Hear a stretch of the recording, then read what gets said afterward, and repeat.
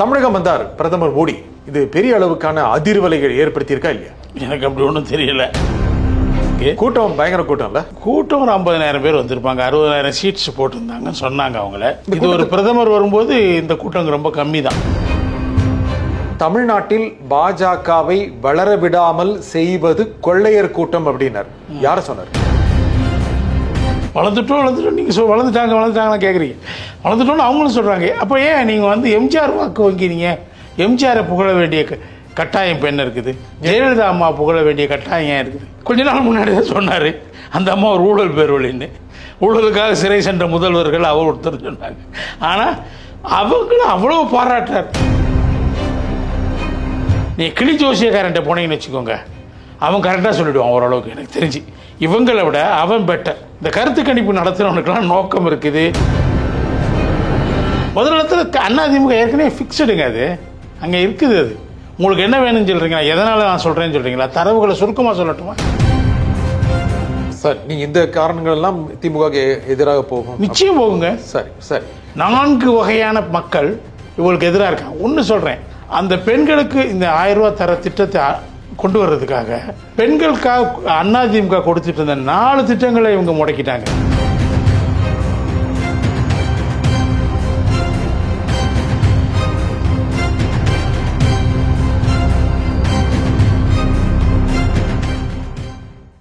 வணக்கம், ஆகாயம் வாய்ஸ் நேயர்களே.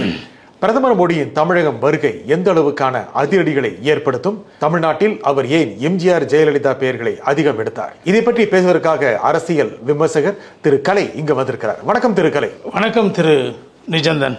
தமிழகம் வந்தார் பிரதமர் மோடி. இது பெரிய அளவுக்கான அதிர்வலைகள் ஏற்படுத்தியிருக்கா இல்லையா? எனக்கு அப்படி ஒன்றும் தெரியல. உங்களுக்கு அதிர்வலைகளை ஏற்படுத்தியிருக்கான்னு தெரியாது. எனக்கு கூட்டம் பயங்கர கூட்டம் இல்ல? கூட்டம் ஒரு 50,000 பேர் வந்திருப்பாங்க. 60,000 சீட்ஸ் போட்டிருந்தாங்கன்னு சொன்னாங்க அவங்கள. அதில் கொஞ்சம் வேக்கன்சிஸ்லாம் இருந்துச்சு, வேக்கன்ட் சீட்ஸ்லாம் இருந்துச்சு. ஒரு 50,000 வந்திருக்கும். அது நல்ல க்ரௌடு தான், பரவாயில்ல. நாட் அ பேட் க்ரௌட் அந்த கட்சியை பொறுத்தவரை. ஆனால் தமிழ்நாட்டில் பிஜேபி வளர்ந்துட்டு வருது அப்படிங்கிறது அந்த கூட்டம் காமிச்சதா இல்லையா? அது ஒன்றும் காட்டலை. 50,000 எல்லாரும் திரட்டுறாங்க. 2% வாக்கு வங்கி வச்சிருக்கக்கூடிய டிடிவி தினகரன் திருநெல்வேலியில் கிட்டத்தட்ட 1,00,000 பேரை திரட்டினார். இல்லை அதனால் ஒன்று அதை வச்சு கூட்டத்தை வச்சு அவங்களுக்கு வாக்கு வங்கி இருக்குன்னு ஒன்று வளர்ந்துட்டாங்கன்னு சொல்லிட முடியாது.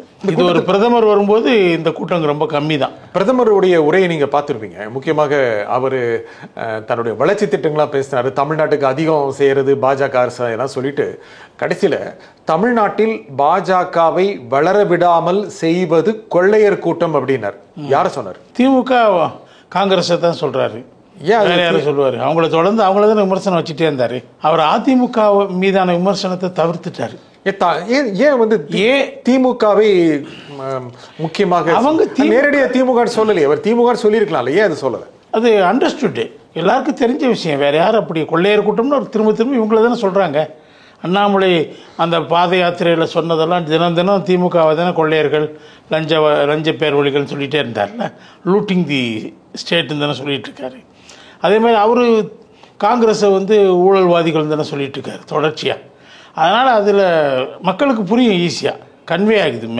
சொல்ல வேண்டிய பிரதமர் அந்த மாதிரி நேராக சொன்னால் சீப் ஆகிடும். அது அவர் அந்த நேராக கோட் பண்ண மாட்டார். அவர் இந்த மாதிரி தான் சொல்லுவார். அந்த குடும்ப ஆட்சி நடத்துகிறவங்கன்னு சொன்னால் அது புரிஞ்சு போயிடும் யாருங்கிறது. அப்படி தான் அவர் கோடிட்டு காட்டுவார். இந்திய கூட்டணி நேரடியாக சொல்கிறாரு. இந்தியா கூட்டணி சொல்லலாம், அது கூட்டணி. ஒரு தனிப்பட்ட கட்சி திமுக அவர் குறிப்பிட்டு சொன்னார்னா திமுகவுக்கு அது ஒரு பெரிய கௌரவம் ஆகிடும். பிரதமரே எங்களை பற்றி பேசினார் அப்படின்னு அவங்க சொல்லிக்கிடுவாங்க. அதுக்கு இடம் கொடுக்க மாட்டாங்க பொதுவாக. இன்னொன்று, அவர் திமுகவையும் காங்கிரஸையும் விமர்சிக்கிறது, இங்கே குறிப்பாக திமுக விமர்சிக்கிறது, திமுக அவரை விமர்சிக்கிறது. 2 பேருக்கு இடையில் ஒரு அண்டர்ஸ்டாண்டிங். முதல் 2 இடங்களில் இவங்க தான் இருக்கிறாங்கன்னு அவங்க ஒரு அண்டர்ஸ்டாண்டிங்கில் இருக்கிறாங்க. இந்த களம் தேர்தல் களம் திமுகவுக்கும் பாஜகவும் இருக்கக்கூடிய போர். அதற்கு முன்னாடி ஒரு சித்தாந்த களத்தை உருவாக்குனாங்க, இந்துத்துவாவா திராவிட மாடலான்னு. அதில் 2 பேரும் சித்தாந்த ரீதியாக மோதும் போது அதில் அதிமுக காணாமல் போயிட்டதா நினைச்சாங்க அவங்க. இப்படி அதிமுகவை 3வது இடத்துக்கு தள்ளும் முயற்சியில் 2 பேரும், எனக்கு நான் ரொம்ப நாளாக சொல்லிட்டு இருக்கேன், ஒரு இயைவோடு அண்டர்ஸ்டாண்டிங்கோடு செயல்பட்டு இருக்காங்க. அதில் சந்தேகமே கிடையாது. அதிமுகவை விமர்சிக்க அவர் தவறுனது காரணம் அதுதான். அதிமுக பொருட்டாக இருக்கக்கூடாது. இங்கே களம் என்பது, தேர்தல் களம் என்பது எங்களுக்கும் திமுகவுக்கும் தான் அப்படிங்கிற மாதிரி அவங்க அதனால தான் அதிமுக. ஆனால் அதே சமயத்தில் அதிமுக விமர்சிக்க தவறினார். ஆனால் he was careful enough. AIADMK வாக்கு வங்கியை குறி வைக்கிறார். அப்படின்னு என்ன அர்த்தம்? இவங்களுக்கு ஒன்றும் வாக்கு வங்கி கிடையாது. வளர்ந்துட்டோம் நீங்கள் வளர்ந்துட்டாங்கன்னு கேட்குறீங்க. வளர்ந்துட்டோன்னு அவங்களும் சொல்கிறாங்க. அப்போ ஏன் நீங்கள் வந்து எம்ஜிஆர் வாக்கு வங்கி, நீங்கள் எம்ஜிஆரை புகழ வேண்டிய கட்டாயம் இப்போ என்ன இருக்குது? ஜெயலலிதா அம்மா புகழ வேண்டிய கட்டாயம் ஏன் இருக்குது? அந்த ஆட்சியை மிகச்சிறந்த ஆட்சி அப்படின்னா நீங்கள் சொல்ல வேண்டிய அவசியம் என்ன இருக்குது? திராவிட கட்சியுடைய ஆட்சி கிட்டத்தட்ட 51 ஆண்டு காலம், அது போஸ்ட் அண்ணா பீரியட் நான் சொல்கிறேன், அது சிறப்பாக தான் இருந்திருக்குது. தமிழகத்தை வளர்ச்சி பாதையில் இட்டு போயிருக்குது.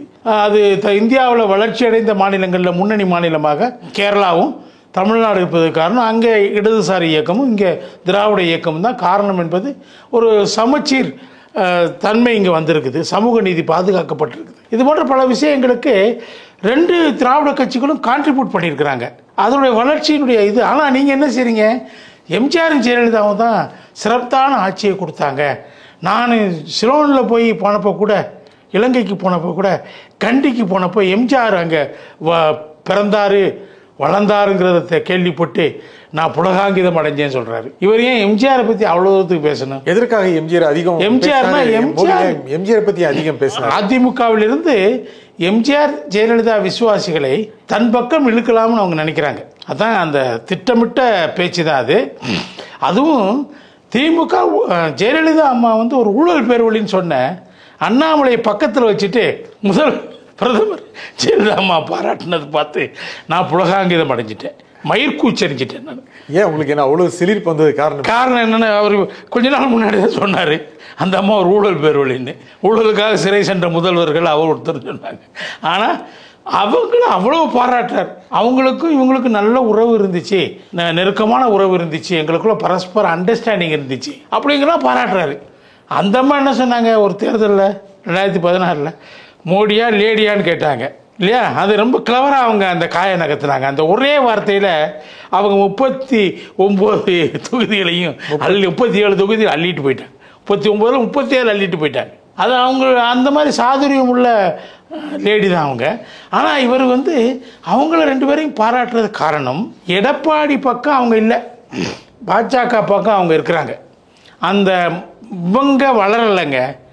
இவங்க மாற்று கட்சியிலேருந்து நிர்வாகிகளை பிள்ளை பிடிக்கிற மாதிரி பிடிக்கிறாங்க, கொண்டு வர்றாங்க, சொல்லிகிட்டே இருக்கிறாங்க. அவங்களும் கூச்சநாச்சம் இல்லாமல் சொல்கிறாங்க.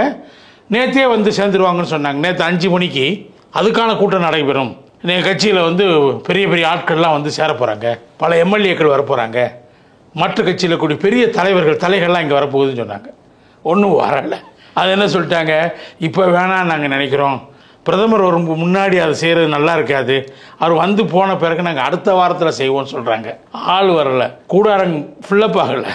அதனால் என்ன சொல்கிறாங்க, இப்படி ஜாலக்கு பேசிகிட்டு இருக்காங்க. அவங்க தங்களுக்கு பலம் இருந்தால் அப்படி பேச மாட்டாங்கல்ல. முதல் இடத்துல நாங்கள் இருக்கோம்னு சொல்கிறார் அண்ணாமலை. அதான் முதல் இடத்துல நான் சொல்கிறேங்க, நான் ஏராளமான ஆய்வுகளை பண்ணியிருக்கிறேன், ஏராளமான தரவுகளை சேகரிச்சிருக்கேன். அதையெல்லாம் சொல்கிறதுக்கு நமக்கு நேரம் பத்தாது. நீங்கள் நிச்சயமாக அவ்வளோ நேரம் இடம் தர மாட்டீங்க. அது வாசகர்களும் அதை விரும்பி பார்க்க மாட்டாங்க. நான் என்ன சொல்கிறேன், என்னுடைய தரவுகள், என்னை நம்புங்க. நான் வந்து அதிமுக தான் முதலிடத்தில் இருக்குது. 2வது பாஜகவுக்கும் திமுக இடையே போட்டி நடக்குது. அதிமுக எப்படி முதலிடத்தில் இருக்குங்க? முதலிடத்துல இருக்குது, எப்படி சந்தேகம் இல்லாமல். எப்படின்னா அது கட்சி இப்போ வளர்ந்துருக்குங்க, அது கன்சாலிடேட். இவர் நம்ம பிரசாந்த் கிஷோர் ஒரு பேட்டி கொடுத்தார் தமிழ், நீங்கள் பார்த்தீங்களா தெரியல, ஒரு தமிழ் டிவி தொலைக்காட்சிக்கு கொடுத்தாரு. அதில் என்ன சொன்னார், அதிமுக எடப்பாடி தலைமையில் கன்சாலிடேட் ஆயிடுச்சு, அது பிளவுபட்டு சொல்கிறதுன்னு அர்த்தமே கிடையாது. அது முன்னை போலவே பலமான ஒரு கட்சியாக அது வந்துருச்சு, வந்தாச்சு. அவங்கள அவ்வளோ டோன்ட் டேக் தம் ஈஸி, அவங்கள சாதாரணமாக யாரும் பார்க்காதீங்க, பார்க்குறது முட்டாள்தனம் சொன்னார். அதான் நான் ரொம்ப நாளாக சொல்லிட்டு இருக்கிறேன். ஆனால் திரு மோடி அதிமுகவை ஒன்றுமே டச் பண்ணவே இல்லை. நீங்கள் காரணம் அவங்க அதை தான் பிளான் பண்ணுறாங்க. என்ன பிளான் பண்ணுறாங்க? அவங்களுக்கும் திமுகவுக்கு தான் போட்டி. இல்லை அதிமுக இல்லை, இல்லை அதிமுகவை அங்கீகரிக்க கூடாதுங்கிறதுக்காக சொல்லலையா, இல்லை பிறகு ஒரு தடவை சேர்ந்துக்கலாம் அப்படிங்கிறதுக்காக ஒரு மென்மையான போக்கா? அது இருக்கு, அது மனசுக்குள்ள அந்த நப்பாசை இன்னும் இருக்குன்னு நினைக்கிறேன். ஏன்னா நம்ம ஓபிஎஸ் அவர்களும் டிடிவி தினகரன் அவர்களும் ரெடியாக இருக்கிறாங்க, எப்போ கூப்பிட்டாலும் போய் சேர்றதுக்கு ரெடியாக இருக்காங்க. நாங்கள் அண்ணா கூப்பிட்டா போயிடுவோங்கிறாங்க. ஓபிஎஸ் சொல்லிட்டாரு வெளிப்படையா, 2 பேருமே சொல்லிட்டாங்க. நாங்கள் இன்னும் கூட பெருசா வெளிப்படையா பதிவு ஆனால் இந்த பெட்டி படிக்கூட ரெடியாக இருக்காரு, கூப்பிட்டா டெல்லிக்கு போயிடுவார். ஆனால் அவரை வெயிட்டிங் லிஸ்ட்லேயே வைக்கிறாங்க அவங்க 2 பேரையும். என்ன காரணம்? காரணம் இன்னும் அவங்களுக்கு அதிமுக வந்துருமோங்கிற ஒரு நப்பாசை. இன்னொரு காரணம், ஓபிஎஸ்ஸை எந்த கணக்கில் சேர்க்கறது? அவருக்கு கட்சி இல்லை, சின்ன பிள்ளை, ஆள் இல்லைங்கிறது வேற விஷயம் இல்லையா? அவர் எப்படி சேர்க்க முடியும்? பாரிவேந்தர் வர்றாரு, அவர் ஒரு கட்சி வச்சிருக்காரு, ஏதோ ஒரு கட்சி ஒன்று இருக்குது, தமிழ்நாட்டு மக்களுக்கே தெரியாமல் ஒரு கட்சியை மறைமுகமாக அவர் வச்சிட்டு இருக்காரு, ரெஜிஸ்டர் பண்ணி இல்லையா? அதே மாதிரி அவர் சமூக நீதி கட்சி வச்சிருக்காரு. அது தமிழ்நாட்டு மக்களுக்கு யாரா கேளுங்க, அப்படி ஒரு கட்சி இருக்கா? நீங்க ஏசிஎஸ் சொல்றீங்களா? ஆமாம், புதிய நீதி கட்சி. புதிய நீதி கட்சி, அது அப்படி ஒரு கட்சி இருக்கான்னு கேட்பாங்க. பரவாயில்ல, ஆனால் அவங்க ரிஜிஸ்டர் பண்ணி வச்சிருக்கிறாங்கல்ல, கட்சின்னு ஒரு சிம்பிள் இருக்கு அவங்களுக்கு. ஆனால் ஓபிஎஸ் அது கூட இல்லையே. அவங்ககிட்ட கட்சி இருக்கு, ஆள் இல்லை. இவர்கிட்ட கட்சியும் இல்லை, ஆளும் இல்லை. இவர் எப்படி அவங்க கூடுவாங்க? இன்னொன்று, இவங்களோட போனதுனால அவங்க இன்னொரு பயப்படுறாங்க. இவங்க சமுதாய ஓட்டுகளை குறி வச்சாங்கன்னா, குறிப்பாக அவங்க சமுதாய வாக்குகளே குறி வைப்பாங்க. அவங்க சமூக வாக்கு அதைத்தான் அவங்க சொல்கிறாங்க, எங்களுக்கு சவுத்தில் எங்களுக்கு செல்வாக்கு இருக்குன்னு சொல்கிற காரணமே அதுதானே. வேற என்ன காரணம்? அதானே, அந்த சமுதாயத்து மக்கள் அங்கே அதிகமாக இருக்கிறாங்க, அதனால் எங்களுக்கு அங்கே செல்வாக்கு இருக்குது, தஞ்சாவூரில் இருக்குங்கிறாங்க. அது சொல்லும் போதே என்ன தெரியுது, அது சமுதாயத்தை நோக்கிய ஒரு திட்டமாக தான் இருக்குது. அப்படி ஒரு சமுதாய ரீதியாக போனால் பிற சமுதாயத்தினர், குறிப்பாக தலித்துகள் இவங்களோடு போயிடுவாங்க. கிருஷ்ணசாமி வரமாட்டார். இப்போ இன்னும் வரலை, ஜான் பாண்டியன் தான் வந்திருக்கார் அந்த சமுதாயத்திலேருந்து. கிருஷ்ணசாமி வர்ற மாதிரி தெரியல. இவங்களோட சேர்ந்து அவர் வரவே மாட்டார். ஏன்னா அங்கே அந்த பகைப்புலம் இருக்கு இல்லையா, அங்கே எப்படி விசிகாவும் பாமகவும் ஒரே அணியில் இருக்க முடியாதோ, அதுக்கான காரணங்கள் என்னவோ அதே காரணம் தான் அங்கே இருக்குது, தென் தமிழ்நாட்டிலையும் இருக்குது. அது ஒரு காரணமாக இருக்குன்னு நான் நினைக்கிறேன், யூகிக்கிறேன். எனக்கு அது உறுதியாக சொல்ல முடியாது. ஆனால் மெயின் காரணம் இன்னும் அதிமுக வருமாங்கிற எதிர்பார்ப்பு இருந்துகிட்டு இருக்குது. இன்னும் வருவாங்களோ, அவங்கள வர வச்சிட முடியுமோ அப்படிங்கிற ஒரு நப்பாசை இருக்கு. ரொம்ப தாக்கக்கூடாது நினைக்கிறாரோ.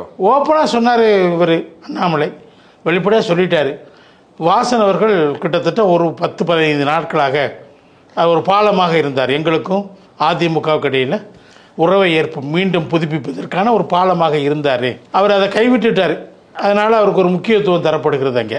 ஆனால் இந்த கட்சிகள் இன்னைக்கு மேடையில், இந்த கட்சிகள் எல்லாம் மொத்தமாக சேர்த்திங்கன்னா 1% வாக்கு இருக்குது அவங்ககிட்ட. எல்லாரையும் சேர்த்திங்கன்னா 4 பேரையும் சேர்த்திங்கன்னா. யார் 4 பேர் சொல்றீங்க? யாதவ் சமுதாயத்தை சேர்ந்த அவர் பேர் என்ன?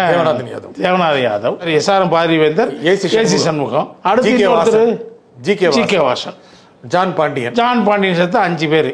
தமிழறிவு மணியனும் இருந்தார். தமிழறிவு மணியனுக்கு கட்சி என்ன, ஒரு பேருக்கு ஒரு கட்சி வச்சிருக்காரு.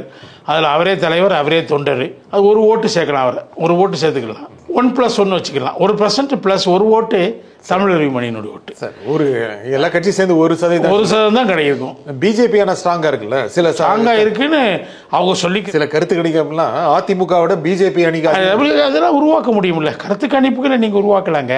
நீங்கள் கிளி ஜோசியக்காரன்ட்ட போனீங்கன்னு வச்சுக்கோங்க, அவன் கரெக்டாக சொல்லிவிடுவான் ஓரளவுக்கு. எனக்கு தெரிஞ்சு இவங்களை விட அவன் பெட்டர். இந்த கருத்து கணிப்பு நடத்துகிறவனுக்கெல்லாம் நோக்கம் இருக்குது. அவங்க சில பணத்துக்காக, நிதிக்காக, தன்னை வளப்படுத்தி கொள்வதற்காக ஒரு முன்னாடியே அவங்க சொல்லிடுறாங்க. அதை வச்சு அவங்க நகர்றாங்க.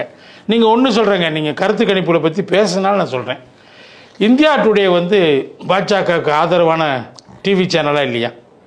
ஒத்துக்குருவீங்கன்னு நினைக்கிறேன். ஓரளவுக்கு ஆதரவான டிவி சேனல் தானே. நடுநிலையாக இருக்காங்க, நடுநிலையாக தான் இருக்காங்க, நடுநிலையாக இருக்காங்க சொல்ல முடியாது. ஓரளவுக்கு பாஜக ஆதரவு தான். அவங்க நடுநிலையாக இருந்தது NDTV, அது இப்போ இல்லை, அது வேறு விஷயம். அவங்க CNN டைம்ஸ் அளவுக்கு ரொம்ப ஆதரவாக இல்லை, ஓப்பனாக இல்லை, கொஞ்சம் அப்படி இப்படிமா இருக்கிறாங்க. மற்றபடி அவங்களும் ஆதரவு தொலைக்காட்சி தான். அதில் சி ஓட்டர்ஸ் அவங்களும் சேர்ந்து ஒரு நடத்துனாங்க. கடைசி அது வந்துச்சு. அதில் என்ன சொல்லியிருந்தாங்க, அவங்க இந்தியா கூட்டணின்னு திமுக கூட்டணிக்கு 47% ஏதோ வாக்கு கொடுத்துருந்தாங்க. கிட்டத்தட்ட எல்லா சீட்டுமே 39 சீட்டு அவங்களுக்கு கொடுத்துட்டாங்க. இந்தியா கூட்டணி, NDA கூட்டணி சொல்லிட்டு, அதாவது NDAனா அதிமுக அல்லாத NDA அப்படின்னு ஒரு கணக்கு வைக்கிறாங்க அவங்க. மற்ற கட்சிகள்லாம் அவங்களோட இருக்கிறதா கணக்கு எடுக்கிறாங்க. பாமக, தேமுதிக இன்னி போகலை, அவங்களும் அங்கே இருந்தால் என்னங்கிறது கணக்கு எடுக்கிறாங்க. அப்படி கணக்கெடுக்கும்போது அவங்க என்ன சொல்கிறாங்க, 2019 அதிமுக இருந்த என்டிஏ வாங்கினது 30%. அதில் அதிமுக வாங்கினது 18%. அதை கழிச்சாச்சுன்னா அதிமுக அல்லாத என்டிஏ 12% இருந்தது அவங்க சொல்கிறாங்க 2019. அதே இதை ப்ரொஜெக்ட் பண்ணுறாங்க 2024க்கு. அதிமுக அல்லாத என்டிஏ எவ்வளோ சொல்கிறாங்க, 15% தான் சொல்கிறாங்க. அது என்டிஏ இருக்கு சொன்னால் இவங்க என்ன சொல்கிறாங்க, பாஜகக்காரங்க அது நாங்கள் 15% இருக்கிறோம், 20% இருக்கிறோம் சொல்லிக்கிறாங்க. டைம்ஸ் நவ் ஏதோ 20% சொன்னால் போட்டுருக்கு, அதை சொல்லிட்டு இருக்கிறாங்க. ஆக அவங்க சொன்னது சி ஓட்டர்ஸுடைய கருத்து கணிப்பில் இவங்களுக்கு டிசம்பர் ஜனவரியில் நடத்தின கருத்து கணிப்பில் இவங்களுக்கு 15% தான் கொடுக்குறாங்க என்டிஏக்கு. சரி, அதிமுக கொடுக்கவே இல்லை. கொங்கு மண்டலத்தில் திரு மோடி ஒரு பெரிய கூட்டம் நடத்தினால அங்கு ஸ்ட்ராங்காக இருக்கிற பலமாக இருக்கிற அதிமுக, முக்கியமாக கடந்த தேர்தல் அங்கே அதிமுக யாரும் வெல்ல முடியாதுங்க. பாஜக இன்ரோட்ஸ் பண்ண முடியாதுங்க. பாஜக கொஞ்சம் இருக்கிறாங்க இங்கே. அவங்க கன்னியாகுமரி மாவட்டத்தை சொல்லுங்கள், அவங்க தான் இருக்காங்க. அதிமுக இல்லைன்னு சொன்னால் நான் ஒத்துக்கிறேன். அங்கே காங்கிரஸுக்கும் பாஜகவுக்கும் தான் போட்டி. 3ஆவது இடத்துல மார்க்சிஸ்ட் கம்யூனிஸ்ட் கட்சி இருக்குது, 4ஆவது இடத்துல அதிமுக இருக்குது, 5ஆவது இடத்துல திமுக இருக்குது. நெல்லைக்கு அந்த பக்கம் தமிழ்நாடு இல்லைன்னு சொல்லி இவர் சொல்லுவார், கலைஞர் சொல்லுவார், நெல்லைக்கு அந்த பக்கம் நமக்கு இல்லை அப்படிப்பாரு. அது மாதிரி அந்த சொன்னால் நியாயம் இருக்குது. இங்கே என்ன இருக்குது, இங்கே எல்லாம் கிடையாது. அவங்களுக்கு ஒன்றும் பெரிய இவங்க ஆதரவு தான் அங்கே 2 தொகுதி ஜெயித்தாங்க. இவங்க ஆதரித்து அண்ணாமலையால் ஜெயிக்க முடியலையே, தோத்துல போயிட்டாரு.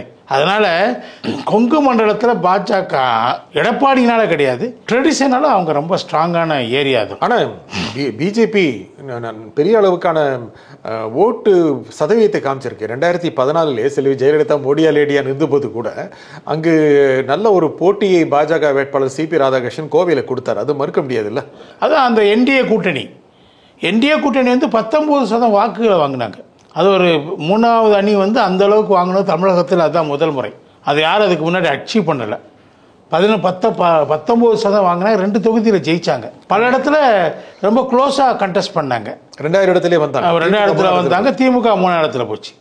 ஆனால் இந்த என்டிஏ கூட்டணி இல்லாட்டி மக்கள் நல கூட்டணி இது மாதிரி 3வது அணி வரும்போதெல்லாம் யார் பயனடைகிறார்கள்? திமுக அதிமுக அதிமுக தான். வரலாற்று ரீதியாக நீங்கள் பார்த்தீங்கன்னா தமிழக தேர்தல் வரலாற்றில் 3வது அணி பலமாக வந்துச்சுன்னா அதனால் பயனடைவது அதிமுக தான் எப்பயுமே. கொங்குல ஒரு பெரிய அளவுக்கான தாக்கத்தை ஏற்படுத்தும் அப்படின்னு பிஜேபி ஒரு எண்ணத்தில் தானே அந்த எண்மணி அவங்களுக்கு ரொம்ப எண்ணம் இருக்குங்க. அண்ணாமலையோடைய யாத்திரை அங்கு முடிப்பதும் பிரதமர் மோடி அங்கு கூட்டத்தை கலந்து கொள்வதும் அந்த ஏரியாவில் ஒரு பெரிய பாதிப்பு ஏற்படுத்தணும். முக்கியமாக திருப்பூர், கோவை, நீலகிரி இந்த மாதிரி கான்சென்ட்ரேட் பண்ணுறாங்க. அவங்க அந்த ஏரியாவை கொஞ்சம் அதிக கான்சன்ட்ரேஷன் பண்ணுறாங்க. அதில் பாஜகவுக்கு கொஞ்சம் சப்போர்ட் பேஸ் கூட இருக்குது கம்பேரிட்டிவ்லி. இப்போ மற்ற இடத்துல இப்போ சென்னையில் இருக்கிற மாதிரி இல்லாமல் கொஞ்சம் இருக்குது. இங்கே 3%னா அங்கே 5% இருப்பாங்க, அவ்வளோதான். ஆனால் அவங்க நாங்கள் 50% இருக்கிற மாதிரி காட்டுறாங்க, 5% 50%ஆக காட்டுறாங்க. அதுக்கெல்லாம் வாய்ப்பு இல்லைங்க. ஆனால் மோடி நிறைய உத்தரவாதம் கொடுத்துருக்கிறாரு இங்கே இந்த இந்த கூட்டத்தில். ஆமாம், உத்தரவாதங்கள் கொடுப்பாங்க. அவர் நாங்கள் யூபிஏ ஆட்சியில் தமிழகத்துக்கு கொடுத்த நிதியை விட நாங்கள் 3 மடங்கு அதிகமாக கொடுத்துருக்கோங்கிறதெல்லாம் சொல்கிறாரு. அதெல்லாம் திமுகவுக்கு ரிப்ளை பண்ணுறாரு, அவர் பதில் சொல்கிறாரு. அவங்க அதை தான் அந்த கட்டமைப்பை தான் அவங்க உருவாக்க முயற்சி பண்ணுறாங்க. அப்படின்னா நீங்கள் நடுவில் இப்போ சொன்ன மாதிரி திமுக பாஜகவா இதுதானே இப்போ இருக்கிற நிலைமையாக அந்த இடத்துல 2வது இடத்துக்கு போட்டி இல்லை, முதலிடத்துக்கே முதலிடத்துக்கு கிடையாது. முதலிடத்துல அதிமுக ஏற்கனவே ஃபிக்ஸ்டுங்க. அது அங்கே இருக்குது. அது உங்களுக்கு என்ன வேணும்னு சொல்கிறீங்களா? எதனால் நான் சொல்கிறேன்னு சொல்கிறீங்களா? தரவுகளை சுருக்கமாக சொல்லட்டுமா? சொல்லுங்கள். நீங்கள் அனுமதிச்சா நான் சொல்கிறேன்.